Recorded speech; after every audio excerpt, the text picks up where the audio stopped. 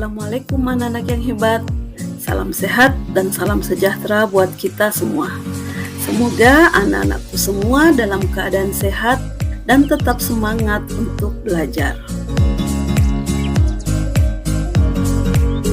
Di video sebelumnya, kita sudah membahas tentang pemisahan campuran, yaitu filtrasi, sentrifugasi, sublimasi, kromatografi, dan destilasi.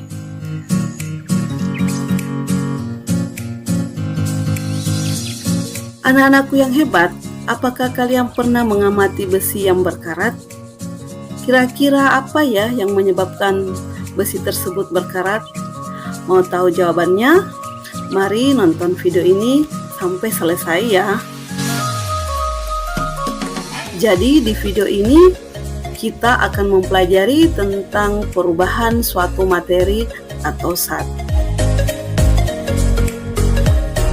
Tujuan pembelajaran yang diharapkan setelah materi ini selesai adalah anak-anakku dapat menjelaskan sifat fisika dan sifat kimia suatu benda, dapat menjelaskan perbedaan perubahan kimia dan perubahan fisika yang terjadi pada suatu benda. Baik, mari kita lihat sifat benda. Sifat-sifat benda sangat penting untuk diketahui, untuk bisa memanfaatkan benda tersebut, atau untuk dapat memisahkan campuran dari suatu benda, dan untuk dapat membedakan perubahan-perubahan yang terjadi pada suatu benda. Sifat-sifat benda secara garis besar dibedakan menjadi dua, yaitu sifat fisika dan sifat kimia. Sifat fisika adalah sifat yang berkaitan dengan sifat fisik suatu zat.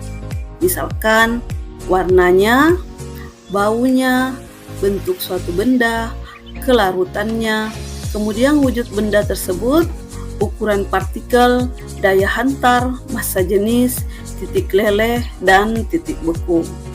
Sedangkan sifat kimia adalah sifat zat yang berhubungan dengan mudah atau sukarnya zat tersebut untuk bereaksi secara kimia. Contohnya, warna yang berubah, tingkat keasaman, terjadinya pembusukan pada benda, terjadinya gas, terjadinya perkaratan, dan sifat-sifat racun yang dimiliki oleh suatu benda. Nah, kita lihat perubahan materi. Suatu zat atau materi bisa mengalami perubahan. Ada yang berlangsung cepat seperti yang terlihat pada video, dan ada yang memerlukan waktu untuk berubah.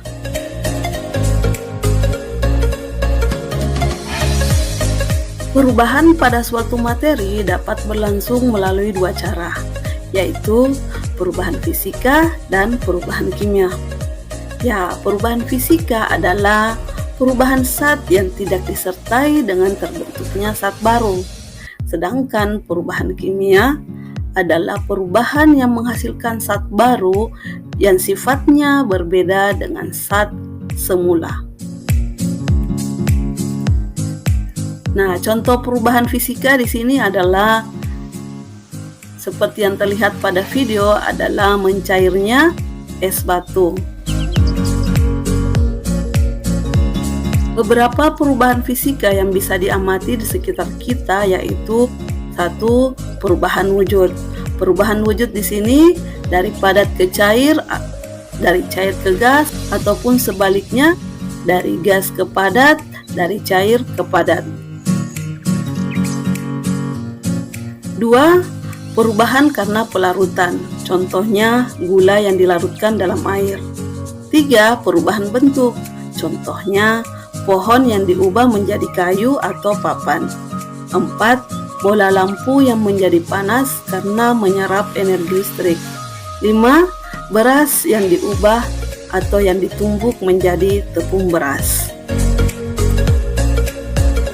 Nah, di sini kita lihat beberapa perubahan kimia yang bisa diamati di sekitar kita, antara lain terjadinya pembakaran, yaitu contoh kayu yang dibakar menjadi arang akan menghasilkan zat baru, yaitu arang.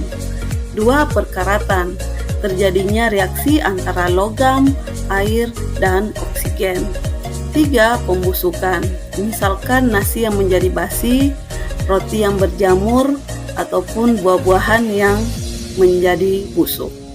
4. Proses bernafas, yaitu mengubah oksigen menjadi karbon dioksida.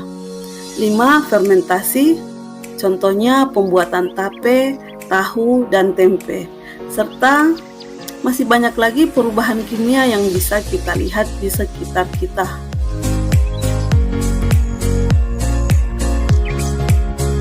Berlangsungnya perubahan kimia dapat diketahui dengan memperhatikan ciri-ciri yang ditimbulkannya.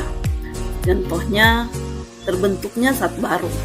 Contohnya di sini yaitu kertas yang dibakar akan menghasilkan zat baru yaitu abu. 2. Terbentuknya gas. Contohnya, bahan bakar minyak pada kendaraan bermotor. 3. Terbentuknya endapan. Contohnya, susu yang diubah menjadi keju. 4. Terjadinya perubahan warna. Contohnya, kertas yang semula berwarna putih menjadi hitam setelah dibakar. 5. Terjadinya perubahan suhu. Seperti pada saat pembakaran, itu akan terjadi perubahan suhu. Nah, selanjutnya kita akan melaksanakan kegiatan menyelidiki perubahan yang terjadi pada suatu materi.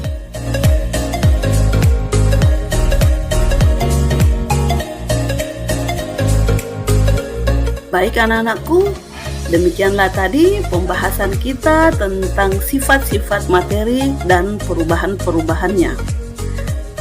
Terima kasih sudah belajar bersama Ibu. Orang bijak belajar ketika mereka bisa. Orang bodoh belajar ketika mereka terpaksa. Sampai bertemu di video-video selanjutnya. Salam sehat, salam bahagia, salam juara. Jangan lupa di subscribe. Assalamualaikum warahmatullahi wabarakatuh.